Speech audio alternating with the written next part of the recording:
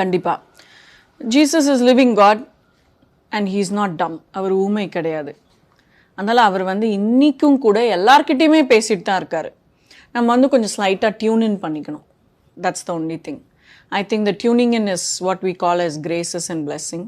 So கண்டிப்பாக இன்றைக்கி எங்கிட்ட மட்டும் இல்லை, உங்ககிட்ட கூட பேசுவார். நீங்கள் பேசி பாருங்கள், உங்ககிட்ட கூட பேசுவார். எல்லார்கிட்டையும் பேசிட்டு தான் இருக்கார். நீங்கள் எப்போல்லாம் ஜீசஸ் கிட்ட பேசுவீங்க அப்படின்னு கேட்கலான்னு இருந்தேன். நீங்கள் சொல்கிறத பார்த்தா ஜீசஸ் உங்ககிட்ட எப்போவுமே பேசிகிட்டு இருக்காரு போல இருக்கே. Absolutely he is a love of my life. என்னை வந்து ரொம்ப அதிகமாக நேசிக்கிற ஒருத்தர்கிட்ட நான் எப்போவுமே பேசணுன்னு ஆசைப்படுவேன். நான் அதிகமாக நேசிக்கிற ஒருத்தர்கிட்ட நான் எப்போவுமே பேசணுன்னு ஆசைப்படுவேன். காதலர்கள் மாதிரின்னு வச்சுக்கோங்களேன். அப்போ இயேசு என்ன காதலிக்கிறாரு, நான் இயேசுவை காதலிக்கிறேன். I belong to Jesus and Jesus belongs to me. So அதனால் definitely I keep talking to all the time. ஒரு காலகட்டத்தில் மன உளைச்சல் காரணமாக உங்கள் கையை நீங்களே பிளேடால் அறுத்துக்கிட்டதாகவும், பிளட் லாஸ் நிறைய ஆனதாகவும், மெடிக்கல் ட்ரீட்மெண்ட்டே இல்லாமல் நீங்கள் சரியாயிட்டதாகவும் ஒரு இன்டர்வியூவில் சொல்லியிருக்கீங்க. இதெல்லாம் எப்படி சாத்தியம்? எனக்கு வந்து மன உளைச்சல்னு சொல்ல மாட்டேன், இது வந்து செய்வினை.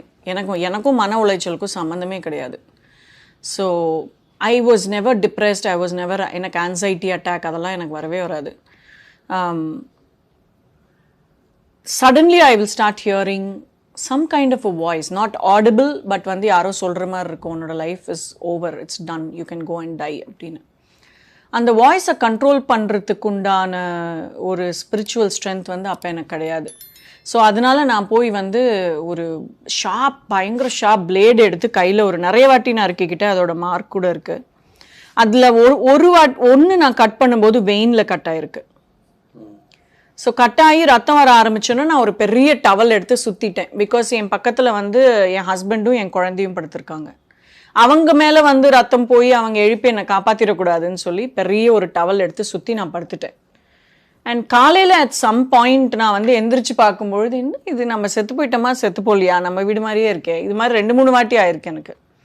ஸோ அந்த டவலை எடுத்துகிட்டு பார்த்தா என்னோட வெயின் கட்டாயி கூட ரத்தம் ஸ்டாப் ஆயிருக்கு.